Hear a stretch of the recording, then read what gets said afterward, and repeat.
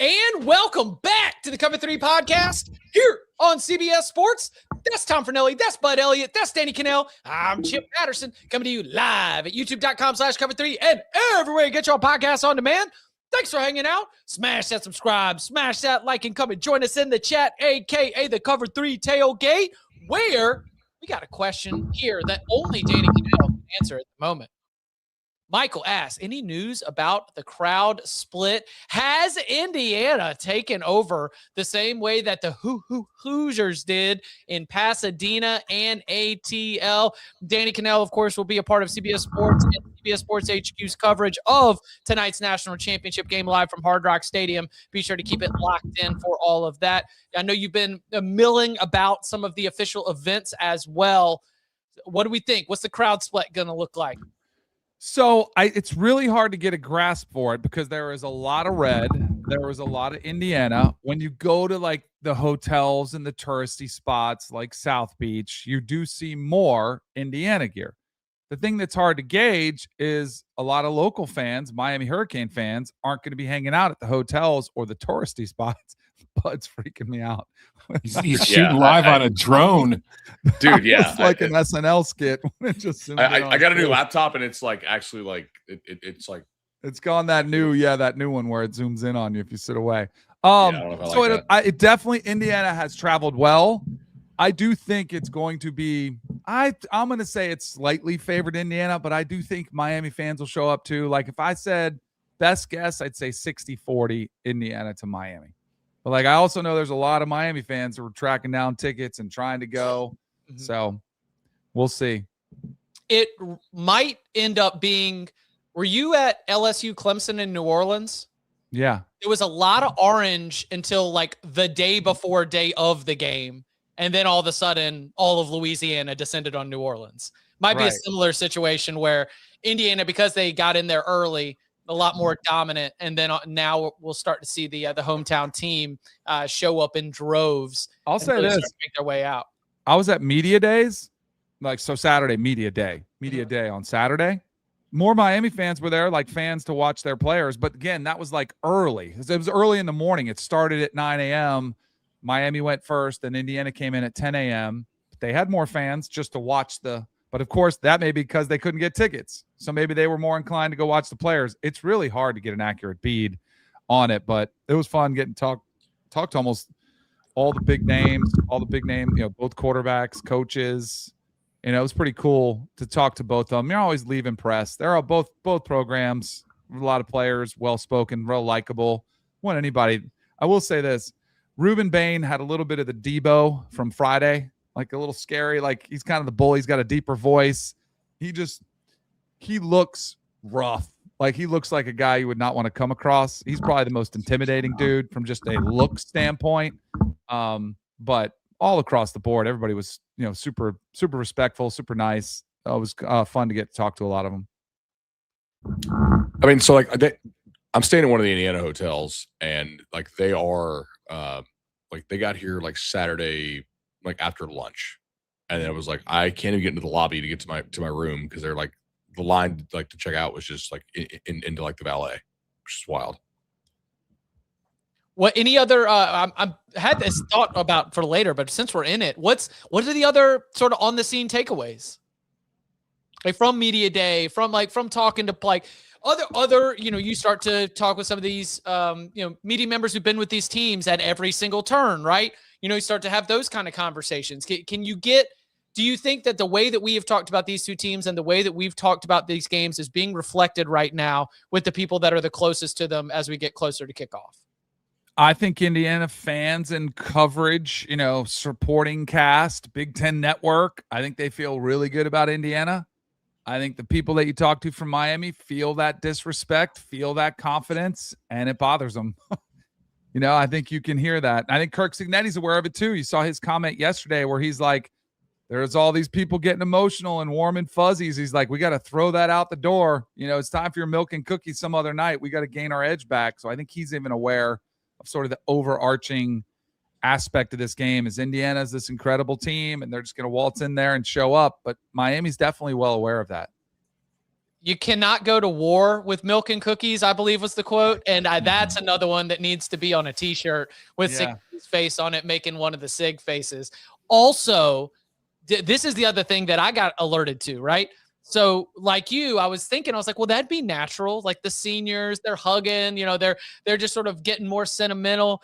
I'm not going to buy it. Remember when he told us they had their worst practice of the season and then they beat Alabama 38-3? Okay, Sig.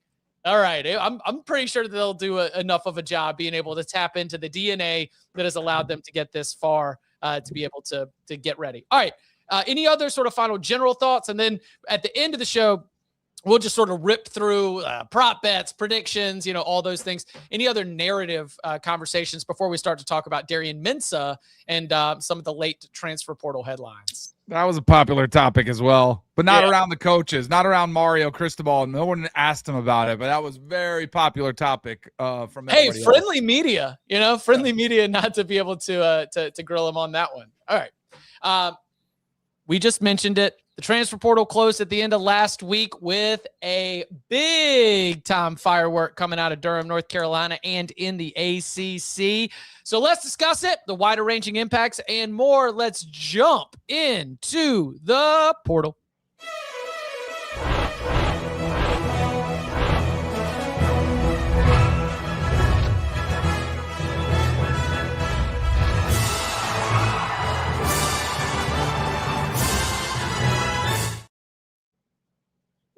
So, Tom, you called your shot early when you said if you have a starting quarterback, I would be very concerned until all of the deadlines have passed and the portal is closed until Miami has a starting quarterback. And we even suggest that if you've got him signed, and according to my understanding of the situation, Darian Mensah had signed a 2-year deal. And he informed the coaching staff that he intended to enter the transfer portal on the final day. It is widely reported and believed that his ultimate destination will be in Miami. Bud, we're going to need some billable hours to figure out how we're going to get from point A to point B.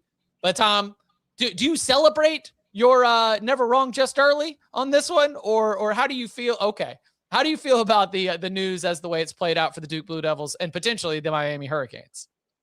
I mean, I think if Mensah ends up in Miami, it's great for Miami. Like, they need a quarterback, and that's one of the better ones that you can get, considering what he was able to do for Duke this year. I think it's not great for the sport. Certainly it's not great for Duke. I think we need to get some enforceable contracts, because I think this is just one of those things, and we've seen a whole hell of a lot of them in recent years, that kind of tears away at the fabric of what makes people care about the sport. Like, look at Washington fans right now with how they are with DeMond Williams. Half that fan base doesn't even like their quarterback anymore. They didn't want him. Now that he came back, they're like, screw you. You tried to leave. We don't want you. So what happens when he takes the field? Now, if you're a Duke fan, you get Darian Mensah saying he's coming back for 2 years. You relax. And then at the very last minute, he's going to leave, and he's going to your conference rival, the team that, you won the conference. He's going to a team that didn't win the conference. And it's weird, because I was sitting there thinking, like, just as a fan, not somebody who covers the sport, you used to care about recruiting. Why bother caring about recruiting now? Because half those kids are never going to see the field. And when they do show up, there's a chance that if they're good, they'll just leave in the transfer portal. Then you get some players and they play really well for you and they lead you to a conference title, and then they just transfer somewhere else. It's like that fabric between being a fan and caring about your program. It just keeps whittling away just a little bit every single year. I'm not saying it's going to kill the sport. I'm not saying the sport is dead. But the fan-college sports relationship is changing in an inalterable way, and I'm not sure what that's going to look like 10, 15 years from now. Yeah, I definitely, it's not good for the sport right now. Like, the reason you don't put them on employment contracts that are actually more enforceable is you don't want to be employees. We're not going to do the rant again that we did, 2 weeks ago, but employment law is pretty settled law. We have like 80 years of jurisprudence here to where we know the results are going to get. They're predictable. When you're doing like an end run around it by making these rev share contracts, it gives you weird outcomes and weird loopholes, which is largely what we're seeing now, So I think this is not good for the sport. They're playing within the structure that the sport allows. maybe on the margins of it, but like it's clearly allowable. So we saw Radakovich talk about how they need to raise the cap, right? Which, I fully agree. But ultimately, Miami might need him to raise the cap if they have to pay back a big time rev share, to Duke, right? Because like that is the one thing about these contracts that we have seen so far that does seem to be enforceable. It's the actual rev share money that has to flow from school A to school B when school A takes school B's player, right? And that actually counts against next year's cap. So that is an issue. No, hold on. I need you to lay that out there for some fans who might not realize. Sure. Yeah. Because I think that we've called them transfer fees. And we've kind of, generally talked about the idea that if you take a player, then you're going to have to pay it back. But the idea of where it comes from and what it counts against, I don't know if all fans really understand that. Right. Okay. So there's basically two buckets by which schools pay players for the most part. There's some other stuff, but like let's just stick with two. Number one is your rev share money, right? That is what came out of the house settlement. That is your TV money, gate money, all that kind of stuff. Okay. So that is for most big boy schools somewhere between like 16 and 18 and a half, right? They're not spending money on basketball and baseball and women's sports and all the other stuff. Like for the most part, they're in on football hard. So you also have NIL, which is supposed to go through NIL Go, although if you did, like some investment partnerships don't, et cetera, right? NIL, you can basically have unlimited on top of the cap if it's quote unquote like market value legitimate NIL, which is pretty easy to justify that it actually is, right? Just depending on what business you have running it through. So look, these contracts that these players sign with a lot of these schools, they stipulate like there's a buyout if the kid leaves, okay? And what they do is they tag a lot of it to the house settlement money. And so what it says is like under the house rules, and the CSC enforces this, if you have like a $4 million buyout, right? Maybe I have that, and I leave Tom University, and I go to Danny University, right? Danny's University has to pay that buyout not out of like outside funds or out of NIL, but actually out of rev share. And that means it actually costs against their rev share cap, which is a pain in the ass at least to have to go outside of your rev share and NIL your way back $4 million just to get to the number that you were already at. Does that make sense? Like it's almost like taking a salary cap hit by trading for a player. Yeah. Okay. The only thing that didn't make sense is why you would go to Danny University. That place is a degree mill. You're killing your education. It's a high academic institution is why you would go there. It's the weather, baby. It's like 70. Don't you think Miami will figure out ways to get everyone whole? Yeah, even with the rev share, like because they're also just flush with $32 million cash from this championship run, and they have a really strong NIL. The conversation that I had with a few people around, because this was the hot topic at Media Day. Everyone knows it's Miami, assumes it's Miami, right? But that this is not the only one we're going to hear about. There's a lot of other ones that are still taking place right now between Clemson and Ole Miss and LSU and Ole Miss. There's a lot of, and that's just a couple. There's a bunch of these that are still unfolding, but they don't have the profile of Darian Mensah in Miami and $4 million. But that this offseason is going to be more litigation, more confusion, more like blurry guidelines that are probably going to get broken, like the portal window, which, it was to midnight. I think you could see players that after spring, they're not happy. They didn't get what they wanted as far as playing time or roster position. They could fight this and try to leave. And that bums me out. Cause like Tom said, it does get exhausting. And how do you feel if you're a Duke fan, and you thought you had your quarterback? I mean, and I'm sure Manny Diaz is livid, but if you're a fan and maybe you pitched in some of that money, you got to feel just betrayed. And I'm very curious because the Big Ten really did back their schools when they could, right? They backed Wisconsin with Xavier Lucas. They backed Washington with Damon Williams. What does Jim Phillips do? Where is Jim Phillips on this? Is he going to make a strong statement about we have to protect and enforce these guardrails? Or does he sit quietly? We're like, well, it does hurt Duke, but Miami winning the national championship potentially is really good for us. It's a tough spot for Jim Phillips, and this is the first one of this magnitude we've seen interconference, which makes it a little even nastier. It is something of a amusing unintended consequence in that by giving Miami all the money from the playoff, you are immediately hurting the team that won your league. Yeah. That's go ACC in a nutshell. The little go ACC, not capitalized. Hashtag Hashtag small letters go ACC all the way through.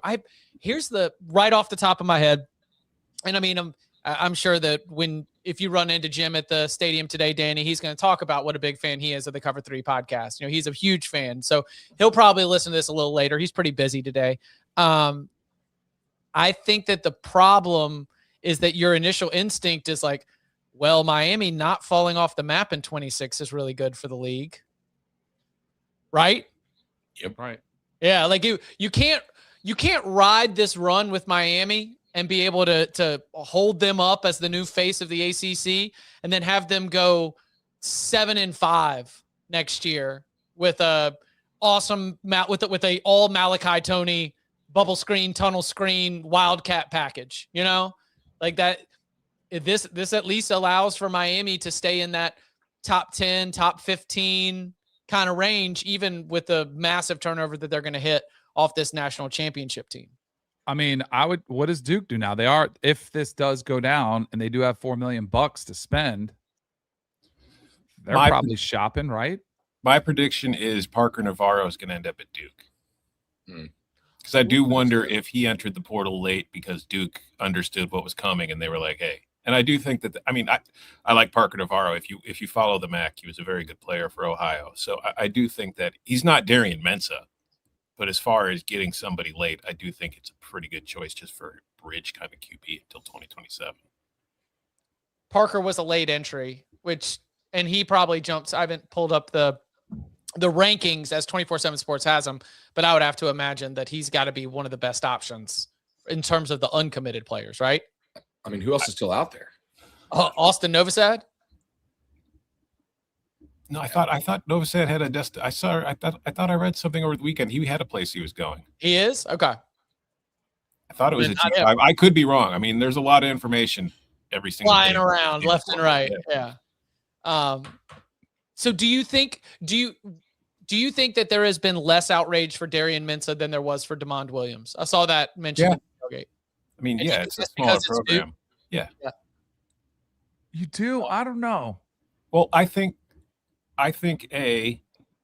DeMond catches more flack because he's at a Big Ten school, and the Big Ten is immediately pushing back on it. Whereas we just discussed, Jim Phillips and the ACC don't really seem to care. And also, it was lame. Just tied up. He hasn't shown up at Miami yet, so it's not proper, I guess, to be able to. Sure. Yeah.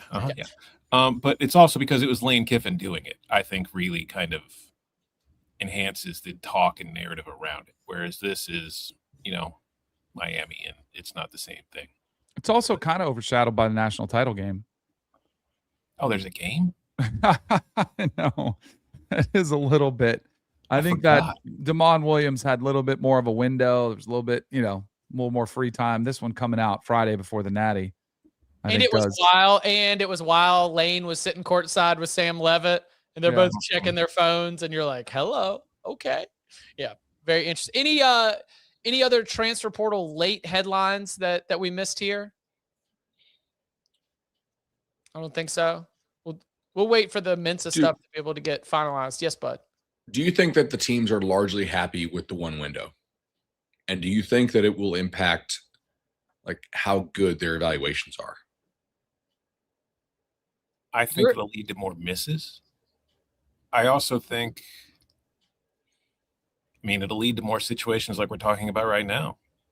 Because at the end of the window, if the song's coming to an end and you don't have your QB or whatever yet, right, it's going to lead to doing something crazy and desperate, which is what Miami's doing. And it's kind of disrupting the situation to where now Duke is just plain kind of screwed. What do you think? Answer your own question. So I don't think it leads to like different evaluations, really. I mean, like you're still roughly evaluating them on the same timeline, if not a little bit later than you got to eval them last year. I don't know if teams are happy with this, right? I think you will have a couple. I mean, knock on wood that nobody gets hurt in spring ball, right? But in the NFL, you have a practice squad to go pluck somebody. Now you really don't. So that kind of sucks. Now, granted, we've seen that before in college football. Like when Dan Kendra blew his knee out, there was no transfer portal for the Noles. And for guys who don't know, like he was, a cover of Sports Illustrated type guy, just an unbelievably talented, prospect. There wasn't a transfer portal. Now, I mean, they recruited well, but like we've seen this before, but it does suck for a fan base to go through that if you get a really big time guy hurt in the spring and there's no chance to go get somebody else. And that's where I think we might see that challenge if that does happen. Yeah. I will say I would be shocked if college football coaches complained about something, got their way, and then started complaining about the thing they got. That is so unlike coaches. What was it, Russo or was it Wetzel who wrote the column? This was so spot on. They were like, every inconvenience is not a crisis. College coaches. That was Russo. It's the first smart thing he's ever said. I was about to say. New year, 2026, Ralph. Yeah, you got this, Petty. It's gonna be your year, Ralph. Come on. I could see why you thought it was Wetzel who wrote it, because something that's smart, you would think, well, that's got to be Dan, but not Ralph. Yeah. I am a little bit more on edge about the post-spring chaos that could come. So we'll see as we continue to spin this thing forward. Coming up on the other side, maybe the update is no update, and maybe that's good. We'll get into all that and more next. When you need your sports news all the time, we've got breaking news to bring to you. CBS Sports HQ gives you a snapshot of all the sports that matter to you. When you need your sports in a snap, find it on CBS Sports HQ. Streaming free anywhere you are. Back here on the Cover 3 podcast, well, all the big wigs, they came in, they sat down 10 a.m. to 2 p.m., so you've got enough time for a well-catered lunch as a nice little break to ease the tension. And they emerged from their clandestine room with no white smoke, with no announcement. Conference commissioners telling the insiders on hand, more work to do, but we're still working. And of course, I am talking about the college football playoff because while the annual meeting of the conference commissioners and the athletic director of Notre Dame got together yesterday on Sunday to discuss the future of the playoff as they sit here with a deadline of Friday to make any changes to the current format if they're going to go in place for the 2026 season. They emerged with nothing. Our own Brandon Marcello, of course, who's been on top of this, painted a picture of a very simple stalemate between the Big Ten and the SEC. The SEC would like a 16-team format, a 5+11. The Big Ten pushing for the 24. Last week, we discussed that 16 stopgap measure. DK, first word to you, because obviously you're also around, talking to some of these people off the record. The tone I got from reading the reporting yesterday made it seem like we were looking at another year of one more year of 12 at a minimum. Is that the sense that you're getting? Yes. Neither one of these sides is going to budge. And so neither's going to cave. So they're going to keep it at 12. That's the sense that I get. That's the sense from this meeting that took place yesterday, which you were talking about, which I think is probably a good thing. I'm okay with expansion. I'm not that upset like some people are. If we did go to 16, I'm kind of getting more on board with the 24 idea. But if we stay at 12, I don't think it's the worst case in the world. I'm just curious, do they make any more tweaks? Last year we saw the seeding tweak. Right. Do they do anything about the group of 5 and say it's only one spot? Like, do they try to do something there to the rules where the 5 highest, conference champions, do they do something with that one to try to, I don't want to say, but they do not want 2 group of 5 teams in again. I wonder what they can do. I suspect that if you just get the ACC tiebreaker right, the chance of 2 group of 5s is really low. Mm-hmm. I mean, not 0, but like it's hard to see 2 G5s getting in, like really hard, if the highest ranked ACC team is in. Right. Also, if the other conferences would do it, it would damn near make it a 0% chance of it happening. Right. Yeah. We do have next year. There are some tweaks that are going into effect next year that were not in effect this year. Like if Notre Dame is in the top 12 of the rankings, they're automatically in. Mm-hmm. So we already That's gonna be have fun. some tweaks that are on the agenda to be able to, create a new scenario with the way we game this thing out, the way that we predict this thing. If That's one. if we go to a 2014 field, does Notre Dame get like a top 40 exception? I mean, they should, right? Do they Yeah. keep moving the goalposts to be able to get it so they're right there? Bud, what's your sort of notion on this? Are you good with more 12? If I remember correctly, you were into like, let's get more data. Like, don't overreact to a couple years and let's just sort of rock with this system.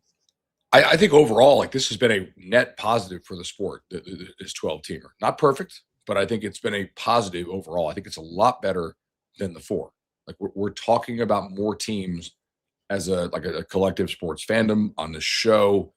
Like with the 4 team, sorry, to me, it was just so exclusionary, and it was either go back to the 2 to where you could kind of like restore some actual like juice to these New Year's 6 games, or expand it to where you could talk about more teams. 4 was like, are you in or are you out? And there were so many teams that were like, well, we're out, and we have nonstop commercials from the rights holder that is reminding us of that fact on Halloween that our season is done.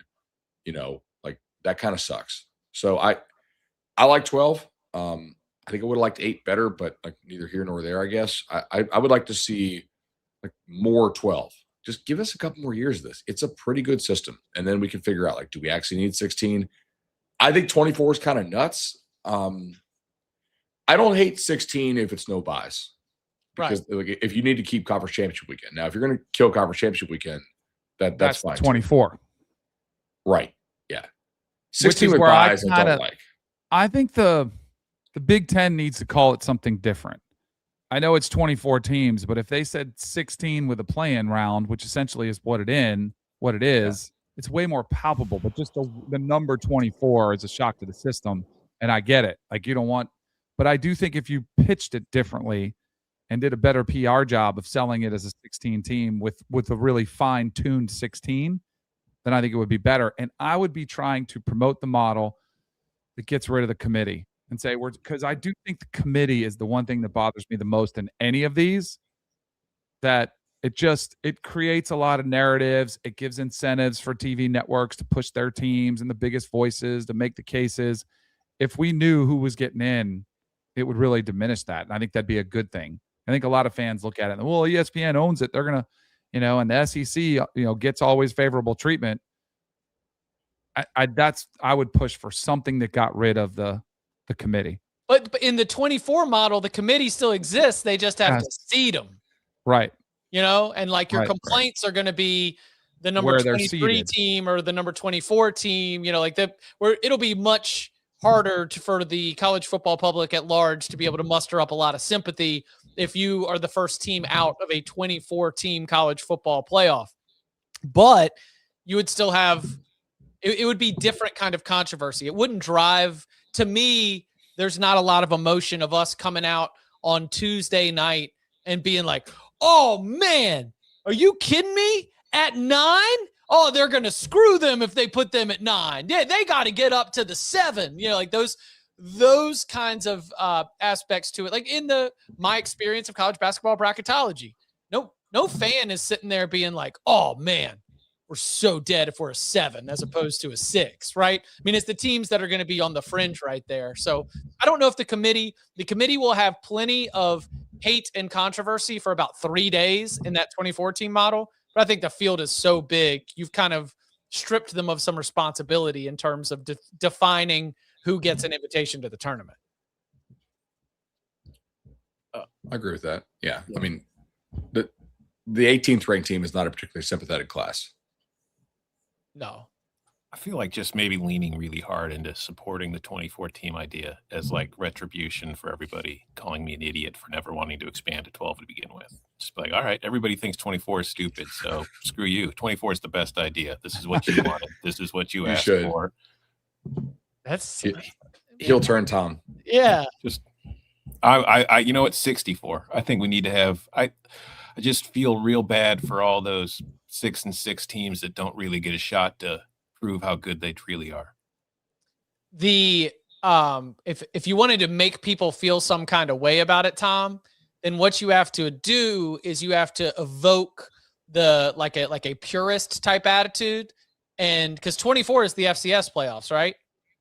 Yes. Yeah, that's what you got to do. You got to come at this of like, we spend all this time debating the college football playoff, and there's a place where playing college football still means something.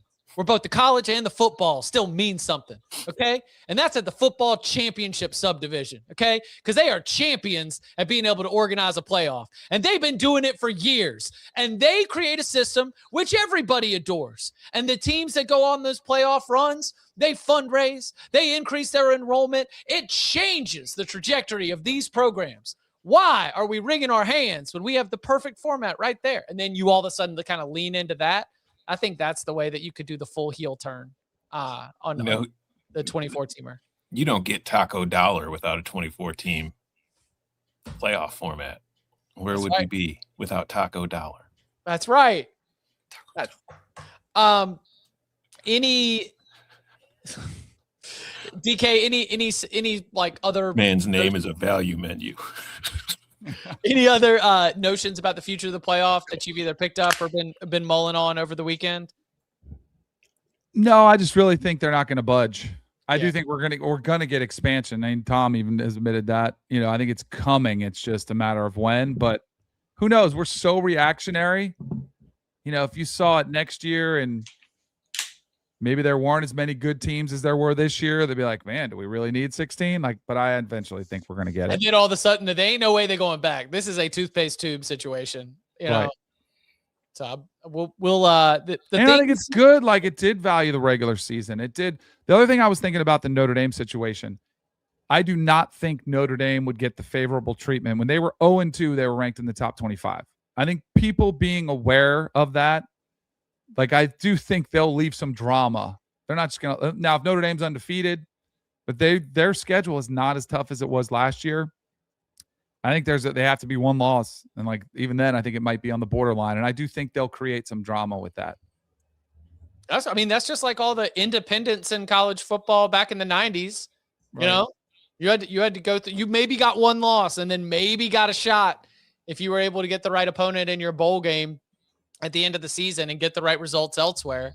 So, it kind of is that. I think Texas Tech's in that same mold, right? Texas Tech is a member of the Big 12, but the way that I'm viewing them in a national title conversation, it's kind of like one of those old independents, right? They're going to have a couple big games, can't lose. And as long as they do, then they'll get a chance there at the postseason to be able to get in there. Maybe you've got the same situation for Notre Dame, a semi-independent, and maybe the same situation elsewhere as well. Well, coming up on the other side, we are about 8 hours and 12 minutes away from kickoff. So we're going to spend the next 8 hours giving you our last minute. No, we're just going to spend the next little bit, Tom, giving you our last minute thoughts on the national championship game. All that and more next. This isn't just combat. It's cinema. Ready or not, here I come. Let's go! Are you not entertained? The new home of UFC, Paramount Plus. Back here on the Cover 3 podcast, Danny Kanell, I've got to ask. I see 4.3 yards per attempt. I know what it is. Does Tom know what the answer is? I as soon as I saw that hat, I went and looked it up. Certain season in a certain city, about a mile high over the sea level, there was a man who played quarterback, and he averaged 4.3 yards per attempt. It was you? No. Oh. Was it? Yes. What? That's where it is. No, I actually have no idea what this hat means. No clue, but that's what I'm going with from now on. Somebody, and I still don't know who it is, left a box of hats at my door, which is kind of unique because we do have a gate or security that you have to get through. They left this hat and then they left a bunch of let's just say MAGA themed hats. Yeah. along with them that were college. Like, like there was one that's the University of Miami and it says the U and then it says Trump around it. So I don't know who left them. So this is the one I felt I could wear and get the least amount of kickback. But I'm going with that. If that's maybe it is somebody who looked it up. I don't know, but I like it. So which season was that? I don't even know. It was your final season in Denver. But yeah, you had 4.3 yards per carry. You only There it is. You only threw 100 passes. So Yeah. There we go. I'm rolling with that.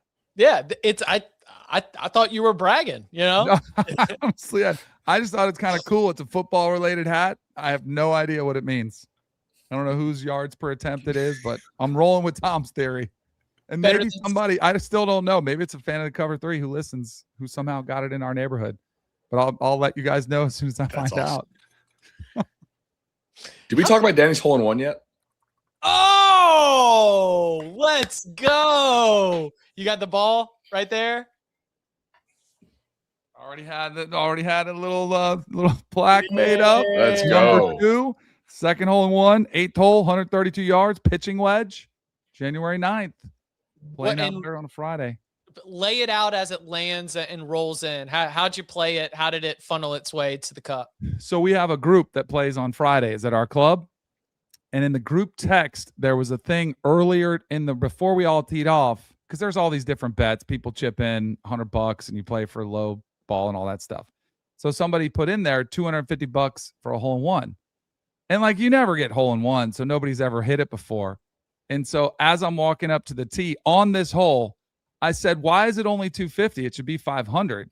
And the guys were like laughing. And I said, I'm going to hit one now. Yeah. And I actually did hit it, but I often call hole in ones. You can't hit them unless you think they're going to happen. So I did call it and it did pay out the 250 a man, which was a pretty nice payday that I was trying to hide from my wife. So you spin it. That's what I'm saying. Are we spinning it back? Did it bounce in? Oh yeah. So it was pretty. It was really pretty. It was like, it hit like 3 yards just past the hole. It's a little slope and it just trickled in. It was great. It was good reaction from the crew because it was like enough time, little drama as it's getting closer. Yeah, it was awesome. Second one. That's awesome. Same hole? No, this is the first one in my home course. First one was at Ohoopee, which is a really cool track. Georgia. That was a pretty special place to have one. And that was on the 13th hole on Friday the 13th using a number 13 golf ball. That was kind of cool. I have a plaque for that one too, but I'll spare you guys the time. Did you get one of the onion shirts? I do. Those things are sweet. Yeah. Those are cool.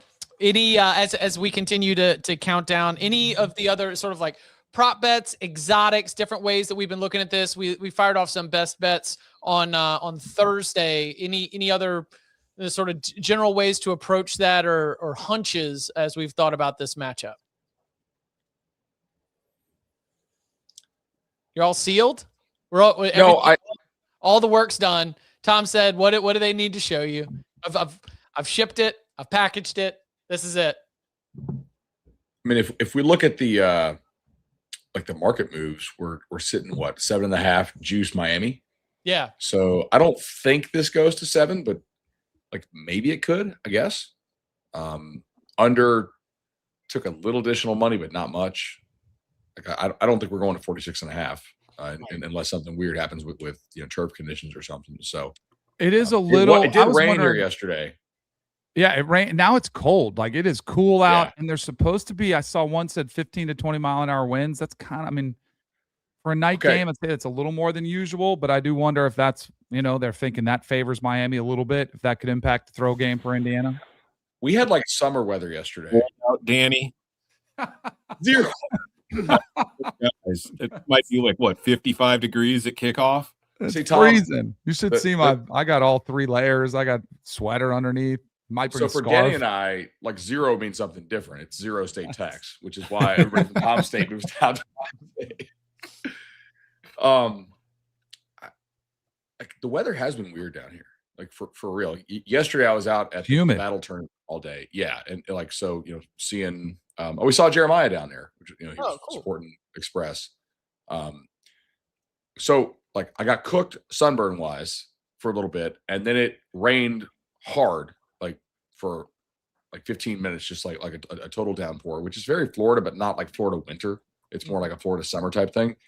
And then immediately after, it got like freezing cold. And I was like, I really need a jacket. Like this is not like a typical December or January day in Miami. So yeah, maybe it will be cold tonight.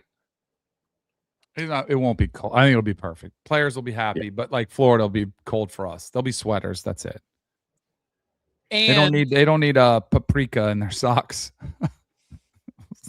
Or was the cayenne pepper? It's cayenne It's pepper. cayenne pepper. I don't think paprika is going to. Paprika doesn't add any spice. I mean, or Maybe Rex Ryan puts paprika on feet for a completely different reason, but Oh my gosh. I had multiple people at media day. I don't know if you guys saw the post I put out about my daughter, but we live in South Florida. She goes to a school and they're trying to represent the local team. And so they had like certain days they're allowed to wear, stuff. They can wear college gear, NFL gear. And so they told them they could wear Miami Hurricanes gear. And so my daughter comes in. She's like, Dad, do you have anything from the national championship game? And I was like, no, why? I'm like, dude. She's like, oh, I want to wear a shirt for the game. And I said, or a hoodie. I said, I don't really have anything. And so she was like, because I was like, what about Indiana? I have an Indiana t-shirt that I just bought at the Big Ten championship game. She said, oh, we're not allowed to wear that. And I told her, I said, no. I said, you are going to wear that. It is the game. They are playing. And I said, if anything happens to you, you send a call my way. And I told her, I said, even if you get expelled, we'll find another school for you. So just like in the spirit of her dad who likes to troll a little bit, she rocked that thing all day long. It was funny because like I had a lot of people saw that tweet and like Dan Radakovich came up. He's like, I can't believe you let your daughter wear that Indiana. He was giving me a hard time. He's like, I can't believe it. I had some Indiana people were like, hey, way to go to support our squad. They were fired up. That's awesome. Pretty funny. That's awesome. Through and through. I've been trying to game out sort of the game script here. The like different ways that this thing opens up. What do you think is Miami's, if you are in the head of Corey Heatherman right now, what is the piece that you like? What can you implement to make sure that the absence of Xavier Lucas in the first half doesn't leave your offense in a total hole? So I think it depends on who plays the nickel. Okay. On one hand, I might be like, all right, I'm just going to like sit back, play more coverage, try to win in the red zone, hold them to field goals, slow the game down. On the other hand, if the guy you decide to play nickel is somebody who you don't like in coverage, you do have an alternative. Blitz him. blitz them. So, and they have liked to do a lot of that nickel fire stuff this year. So maybe our thought about him, he's going to like play back, make the game slower, make Indiana grind. Maybe that's wrong.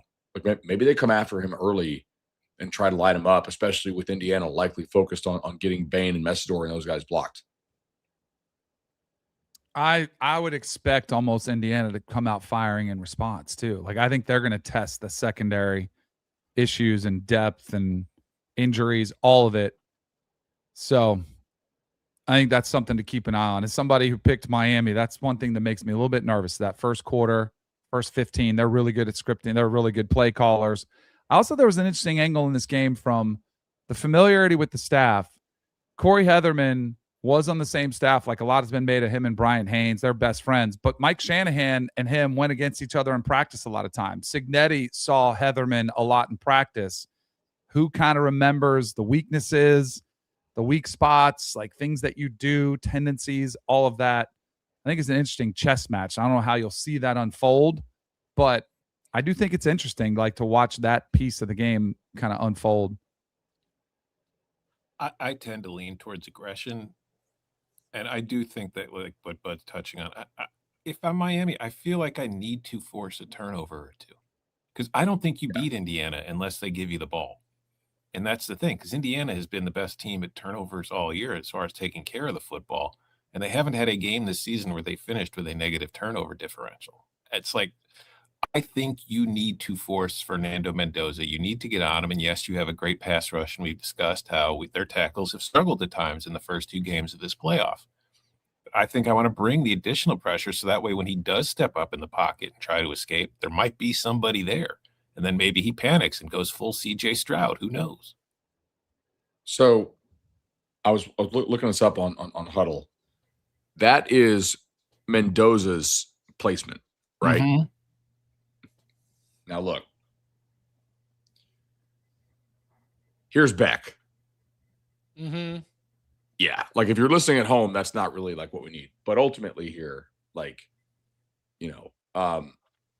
it's a huge dispersion for Beck. And Mendoza's like a pinpoint like sniper guy there. So that's a bit of a concern. I like the idea of aggression, just to be able to come out there and try to make a statement early. I thought it was going to be more bend but don't break. See if you can force field goals like that. That to me seems like one way to play this, but there's certainly a lot more volatility when it comes to the aggression. And yes, 3 years at James Madison was Corey Heatherman, including being named the top assistant coach in all of the FCS, a national award winner, kind of like the Broyles, but for the FCS. He got that in one of those years with JMU, where, like you mentioned, Mike Shanahan, also offensive coordinator, also a part of that staff as well. The chess match for the first 15 to 20 minutes is fascinating. Also, I've been saying this to a lot of people who have, questioned. To me, it's not as much the fourth down decisions for our friend Mario Cristobal. It's the timeout usage. Does that check out? Mm-hmm. Okay. I think so.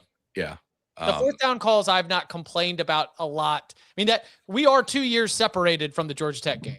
I know we sort of loop it in with everything else, but and remember the timeout right in the SMU game that was so bad? The timeout right before the penalty? Mm-hmm. Mm-hmm. Yeah. So that's what I would be looking for as well, if you're going to look for a place where the coaching angle comes up to play. All right.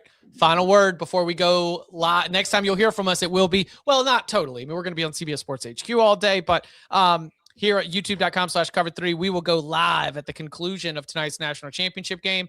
Let's go around the horn. Tom first. Any final words?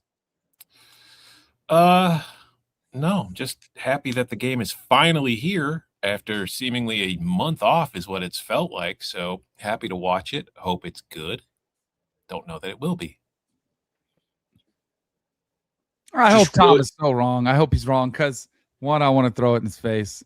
But I also, remember Hamilton on Broadway? It was like the hottest ticket around. Yep. Spent a lot of money, took my parents there. Like we had a crew of us, and I paid for them all. And I remember I left, and I was like, was it really worth it? Like, I spent a lot of money. I was like, I don't know. And it was great, but I was like, it's a lot of money. I want these people to get their money's worth. Like the people that are paying this big money, I want college football fans. I really hope it is, but I am nervous. It is absolutely. You could see a blowout. I mean, if Indiana wins by 40, I feel like Indiana fans will feel like they got their money's worth. That is true. That is true. But it also means there will be $8,000 of tickets, like $8,000 spent on 2 tickets to go watch your team get stuffed into lockers, also on the table for potential outcomes here. Mm-hmm. Yeah. But I really want to see how Indiana tries to stop Miami's run game. We know what the broadcast said that Bama really thought they could lean on them in the run game because of their size difference, and that was false. I mean, the size difference was true, but the ability to lean on them was not correct. Miami's a lot better up front than Alabama is. Multiple tiers. Both, Yeah. The way it's constructed and the way they have performed. Right. So maybe they can. Right. It's possible. I do want to see that. Obviously, if you make Beck throw a lot, I think Miami's in real trouble. Yep.